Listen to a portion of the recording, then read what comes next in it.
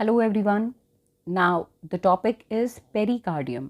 Heart की location हमने last lecture में डिस्कस की थी, तो अब हम बात करते हैं पेरिकार्डियम की।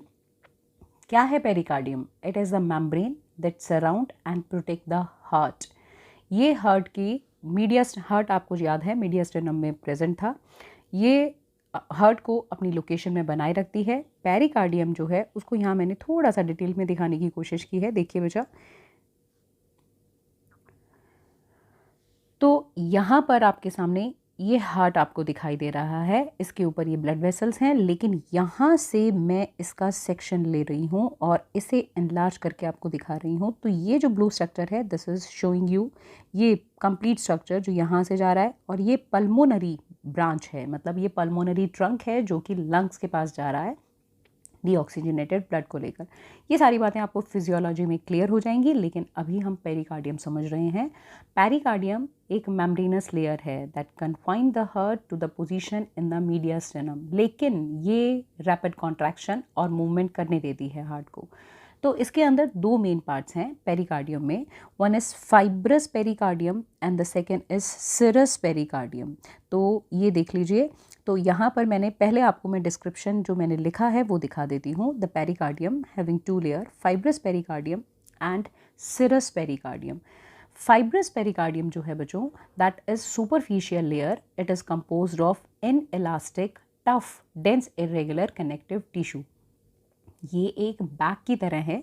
अगर आप इस डायग्राम को देख रहे हैं तो आप थोड़ा सा ध्यान दीजिए कि यहाँ पर ये एक पेरिकार्डियल कैविटी के साथ दो लेयर्स हैं। देखिए, जैसे ये हार्ट को कवर कर रही है, दिस इज शोइंग यू, तो बाहर वाली जो लेयर है दैट इज सिरस पेरिकार्डियम की लेयर, और अंदर वाली भी सिरस पेरिकार्डियम की लेयर है। इन दोनों के बाहर यहाँ पर प्रेजेंट होगी फाइब्रस पेरिकार्डियम, मतलब कि सबसे आउटर लेयर जो है that is showing you fibrous pericardium, जो कि डेंस इरेगुलर कनेक्टिव टिश्यू की बनी हुई थिक लेयर है, इन इलास्टिक भी है। तो फाइब्रस पेरिकार्डियम जो है एपेक्स के नीचे की पास, मतलब जो एपेक्स के पास है, वो थोड़ा सा डायफ्राम के साथ फ्यूज भी होती है।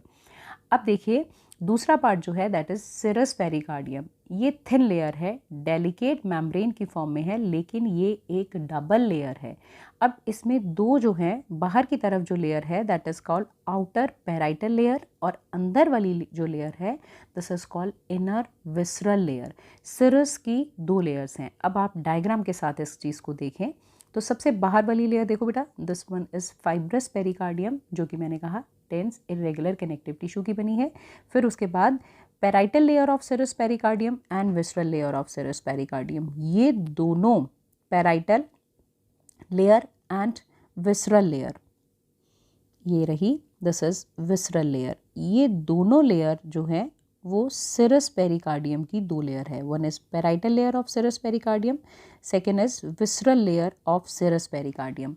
अब इन दोनों के बीच में यहाँ पर जो स्पेस है that is called pericardial cavity. अब ये जो डबल लेयर है, आउटर लेयर पेराइटल और इनर लेयर जो है विसरल। एक बात आप जो याद रखेंगे कि इनर जो विसरल लेयर है, यहाँ पर मैंने इस बात को लिखा भी है कि जो इनर विसरल लेयर है, आउटर पेराइटल लेयर है, जो इनर विसरल लेयर है वो हार्ट की वॉल की लेयर बनाएगी, जिसे हम एपिकार्डियम कहते हैं। तो पेरिकार्डियम जो है, पेरिकार्डियम के अंदर दो लेयर, फाइब्रस एंड सिरस। सिरस के अंदर फिर दो लेयर्स। अब सिरस की जो अंदर वाली लेयर है which is the visceral layer of serous pericardium, उसे हम हार्ट वॉल की सबसे बाहर वाली लेयर बनाएंगे, दैट इज कॉल्ड एपिकार्डियम। तो लेकिन एपिकार्डियम या पेरिकार्डियम के अंदर वाला पार्ट, मतलब हार्ट वॉल पर जाने से पहले, आई होप आपको पेरिकार्डियम क्लियर है। और यहाँ पर इस बात को भी याद रखेंगे कि पेराइटल लेयर और सिरस की जो दूसरी लेयर है दिस इज विसरल लेयर, उनके बीच में एक फ्लूइड है, this is pericardial fluid. Pericardial fluid जो है वो एक स्लिपरी सिक्रीशन है इन मेम्ब्रेन्स का, that you reduce the friction between the layers of serous pericardium as heart moves. The space that contain the few millimetre of pericardial fluid जो है उसे हम कहते हैं, that space is called pericardial cavity. किसी भी तरह का इन्फ्लेमेशन ऑफ द पेरिकार्डियम उसे हम कह देते हैं, that is called pericarditis. Pericarditis.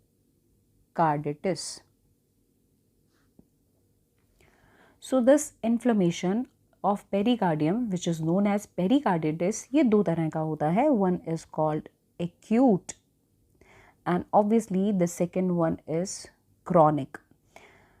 पहली जो, इसे हमें बहुत ज़्यादा डिटेल में नहीं करना है, बस इतना सा जान लीजिए. एक्यूट पेरिकार्डिटिस जो है उसका साइन डॉक्टर्स कोई बहुत ज़्यादा मेजर कॉज नहीं बताते हैं, बट वायरल इन्फेक्शन इसका कॉज हो सकता है एक्यूट का.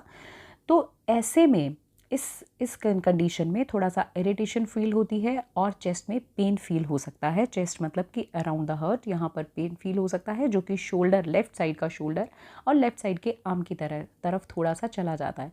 हम इसे कई बार डॉक्टर्स या पेशेंट इसे कंफ्यूज कर देते हैं विद द हार्ट अटैक, क्योंकि एंजाइना पेक्टोरिस और हार्ट अटैक के सिम्टम्स भी कुछ ऐसे होते हैं.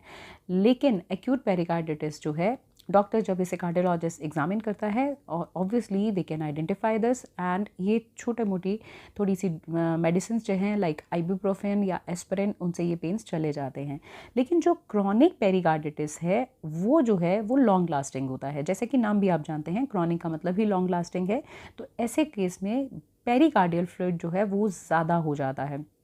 ऐसी कंडीशन में हार्ट पर प्रेशर पड़ता है, हार्ट पर दबाव पड़ता है और कई बार इसकी वजह से हार्ट का जो फंक्शन है वो भी डिक्रीज़ हो जाता है और ये कार्डियक टैम्पोनेट भी कहलाता है. मतलब कि कंप्रेशन हो जाता है, उससे हार्ट के फंक्शन थोड़ा सा डिमिनिश हो जाते हैं, ब्लड प्रेशर कम हो जाता है और थोड़ा सा ब्रीदिंग पर भी ब्रीदिंग में डिफ़िकल्टी आती है, मतलब कि ब्रीदिंग में इफ़ेक्ट्स आते हैं.